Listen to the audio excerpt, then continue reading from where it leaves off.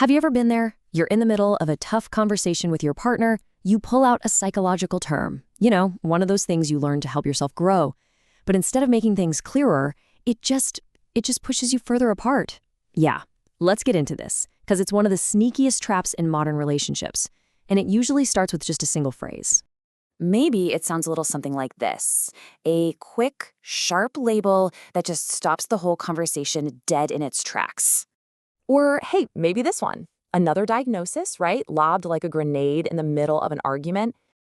Or how about this one, which feels almost impossible to argue with, right? And just like that, the conversation isn't even about the actual issue anymore.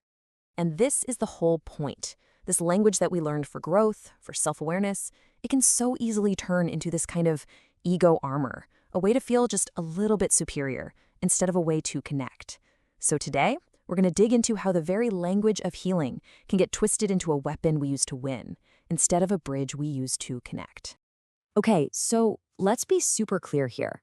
The language itself, these psychological terms, they aren't the problem. Actually, they can be incredibly powerful. I mean, think about it. Understanding our attachment styles, recognizing our own trauma responses, learning about what triggers us, these are absolutely amazing tools for healing. They help us make sense of our own world. The danger isn't in the tool itself. It's all about how we use it.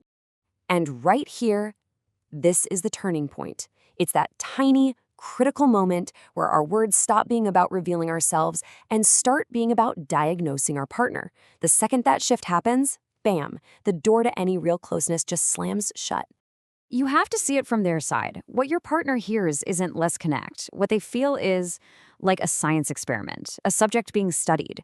And really, think about it. Who can possibly feel safe or relaxed or loved when they feel like they're under a microscope? What it all boils down to is this. Without humility, all this great growth language just creates a hierarchy, One person becomes the therapist in the room, and the other becomes the patient. And that kind of power imbalance, it's absolute poison for intimacy. Okay, so what do we do about it? How do we fix this? Well, the answer is in making a really fundamental shift in how we communicate.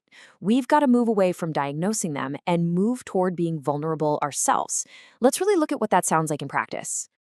All right, take a look at this. The diagnosis is you're emotionally unavailable. But the vulnerable version, it's I feel lonely when we don't connect. It's talking about the exact same situation, but my gosh, there is a world of difference in how that lands. Because it's the message underneath the words that really counts, right? The diagnosis basically says something is wrong with you. But the vulnerable statement, it just says something hurts inside of me. One is an attack, the other is an invitation to come closer. Here's another great one. Instead of hitting them with, you're projecting your issues onto me, which is, classic therapy speak, try saying something like, when this happens, I feel blamed, and honestly, it scares me. You're not ignoring the impact, you're just owning your feeling about it. And there's a real biological thing happening here. When your partner hears a diagnosis, their nervous system literally braces for impact. It goes straight into defense mode. But when they hear you share something vulnerable, it actually primes their brain for empathy, for connection. All right, let's make this super practical. I've got a simple but honestly transformative practice you can start using today to start shifting how you talk to each other.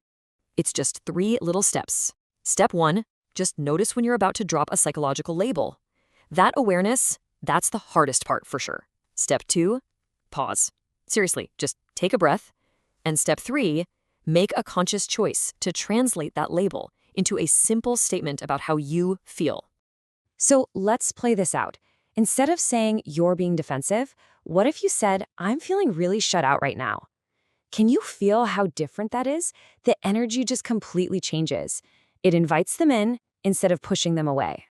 Or what about this one? Instead of saying that's just your trauma talking, where can the conversation even go from there?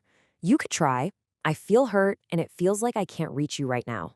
You see, you're sharing your pain, not just diagnosing theirs. The whole point of doing this is pretty simple, really. It just strips all that superiority out of the conversation. It makes you speak from a place of honesty and vulnerability, not from a place of analysis.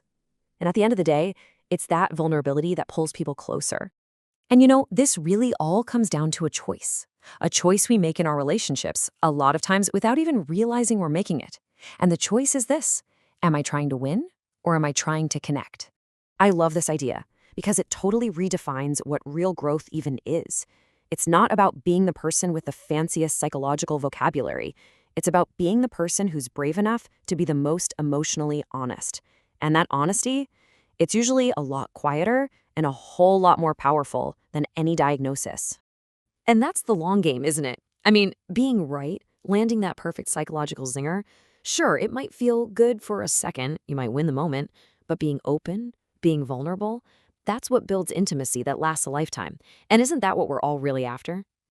So, I want to leave you with a question to carry with you. The next time you feel that tension rising, that conflict starting to brew, just pause and ask yourself this one simple thing. If you find the answer is, I'm trying to win, just see if you can soften a little. See if you can choose to connect instead. If this is the kind of work you want to do in your relationships, think about subscribing to Resolve Together. We're all about exploring how to use these powerful tools with humility, with empathy, with the kind of maturity that real connection is built on. Because at the end of the day, being right doesn't build a life with someone. Being open does.